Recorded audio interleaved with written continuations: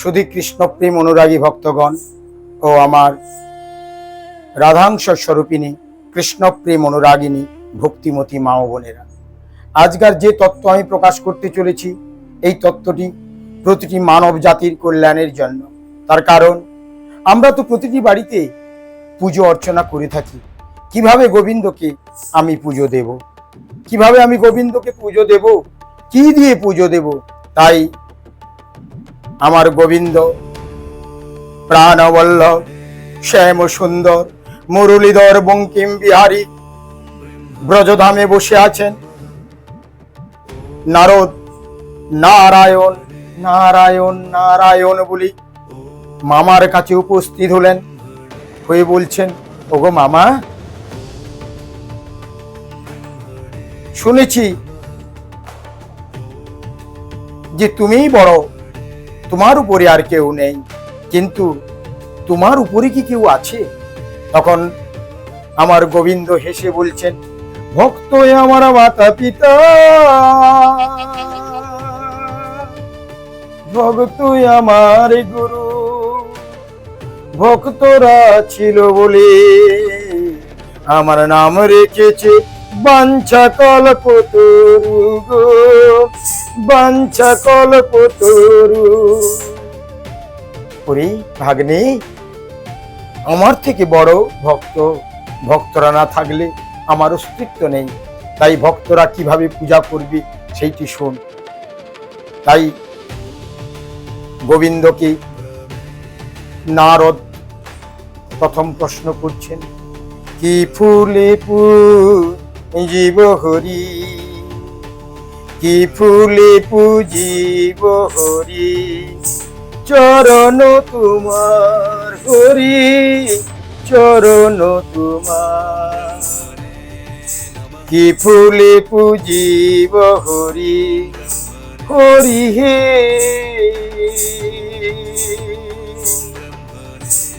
হরি হে। কি ফুলে পুজিব হরি, হরি হে, চরণ তোমার, চরণ তোমার। তারপরে আমার গোবিন্দ তার উত্তর দিচ্ছেন,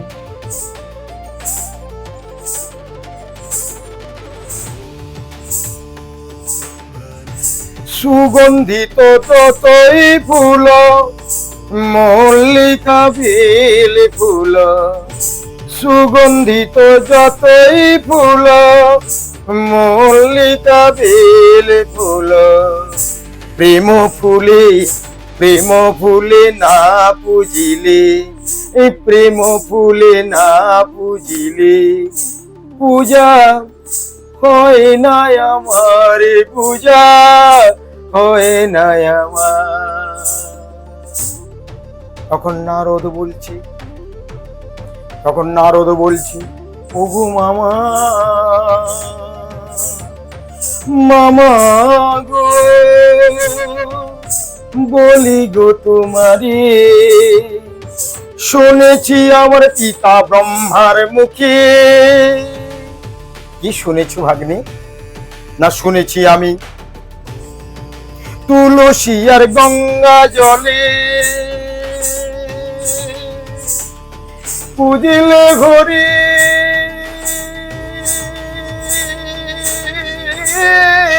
নাকি চরণ মিলে, তুলসী আর গঙ্গা জলে পুজিলে ঘরে, নাকি চরণ মিলে।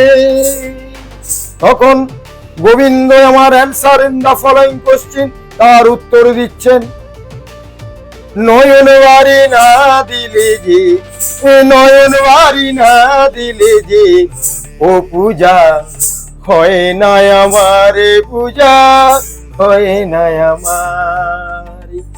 কি ফুলে পুজিব হরি, কি ফুলে পুজিব হরি, হরি হে, চরণ তোমার, চরণ তোমার।